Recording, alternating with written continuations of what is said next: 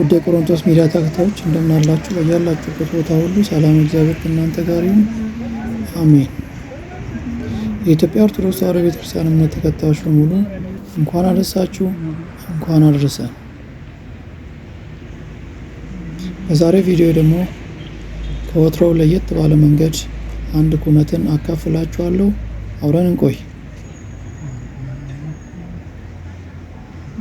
በሰማይ የምትመሰለው ከፍጥረም ሁሉ ከፍ ያለ ክብር የተሰጣት እመቤታችን ቅድስት ድንግል ማርያም በእግዚአብሔር ዘንድ ታስባ ትኖር ስለነበረ ጊዜው ሲደርስ ትንቢቱ ሲፈጸም ከሦስቱ አካል ለአንዱ ወልድ ማደሪያ የሆነችው በብዙ ጸሎትና ተማጽኖ ከወላጆቿ ቅድስት ኢያቄምና ሐና ነሐሴ 7 ጸንሳ ግንቦት 1 ተወልዳ በቤተሰቦቿ ቤትና እቅፍ ብዙ ሳትቆይ በ3 ዓመቷ ለቤተ ክርስቲያን እንደሰጠች እናውቃለን። አዲስ አበባ ካርል አደባባይ ወረድ ብሎ በስሙ ከሚጠራው አካባቢ ደብረ ብስራት ቅዱስ ገብርኤል ቤተ ክርስቲያን ሌሊቱን ሊቃውንት በቤተ ክርስቲያን በያሬዳዊ ዜማ ለዕለቱ የሚስማማውን ወረብ በማቅረብ ሲነጋ ከኪዳን ጸሎት በኋላ ታቦታቱ ከመንበረ ክብራቸው ተነስተው ሕዝቡን ሲባርኩ የሰንበት ትምህርት ቤት ደቀ መዛሙርት እና ዘማሪያን በዝማሬ ሲያገለግሉ ከተለያየ ቦታ የመጣው ሕዝበ ክርስቲያን በተገኙበት በድምቀት ተከበረ። ወላጆቿ ስዕለት እና በእግዚአብሔር ፈቃድ እመቤታችን ለቤተ ክርስቲያን ሰጥታ በቤተ መቅደስ ሆና በጸሎት እና ለቤተ ክርስቲያን አገልግሎት የሚሆን የእጅ ጥበብ ስራዎችን በቅዱሳን እጆቿ እየፈተለች ስትኖር የተለመደ ስራዋን እያከናወነች ሳለ ሊቀ መላእክት ቅዱስ ገብርኤል ከእግዚአብሔር ዘንድ ተልኮ በመምጣት እንዲህ በማለት ለሰው ልጅ የማይቻለውን ብስራት በጆሮዋ ነገራት። ይህንም መጽሐፍ ቅዱስ እንዲህ ያለ ይነግረናል። ሉቃስ 1:28 መልአኩም ወደ እርሷ ገብቶ ደስ ይበልሽ፣ ጸጋን የሞላብሽ ሆይ ጌታ ከአንቺ ጋር ነው፣ አንቺ ከሴቶች መካከል የተባረክሽ ነሽ አላት። እመቤታችንም ለጊዜው ለሰው የማይቻል መሆኑ ሲከብዳት ፈጥና መቀበል ቢያስቸግራት ይሄ ምስጋና እንዴት ይሆንልኛል በማለት ለመልአኩ በትህትና መለሰችለት። እርሱም ጸጋን የሞላብሽ በሚል ቃል ሰላምታን ሲያቀርብላት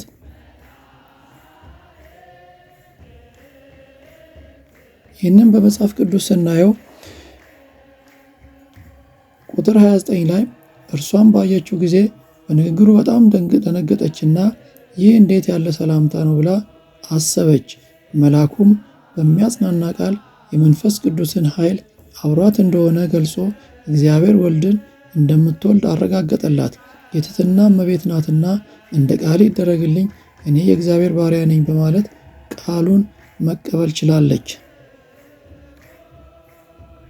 ሉቃስ 4:38 ላይ ማርያምም እነሆኝ የጌታዬ ባሪያ እንደ ቃል ይሁንልኝ አለች። መልአኩም ከእርሷ ሄደ። አበው ሊቃውንት ቤተ ክርስቲያን እንደሚያስረዱንና እንዳስተማሩንም መልአኩ ብስራቱን ለእመቤታችን የነገራት መጋቢት 29 ቀን በዕለተ እሑድ ከቀኑ 3 ሰዓት ላይ ነው። ታዲያ ዛሬ ለምን እናከብራለን የሚለው ጥያቄ መነሳቱ አይቀሬ ነው።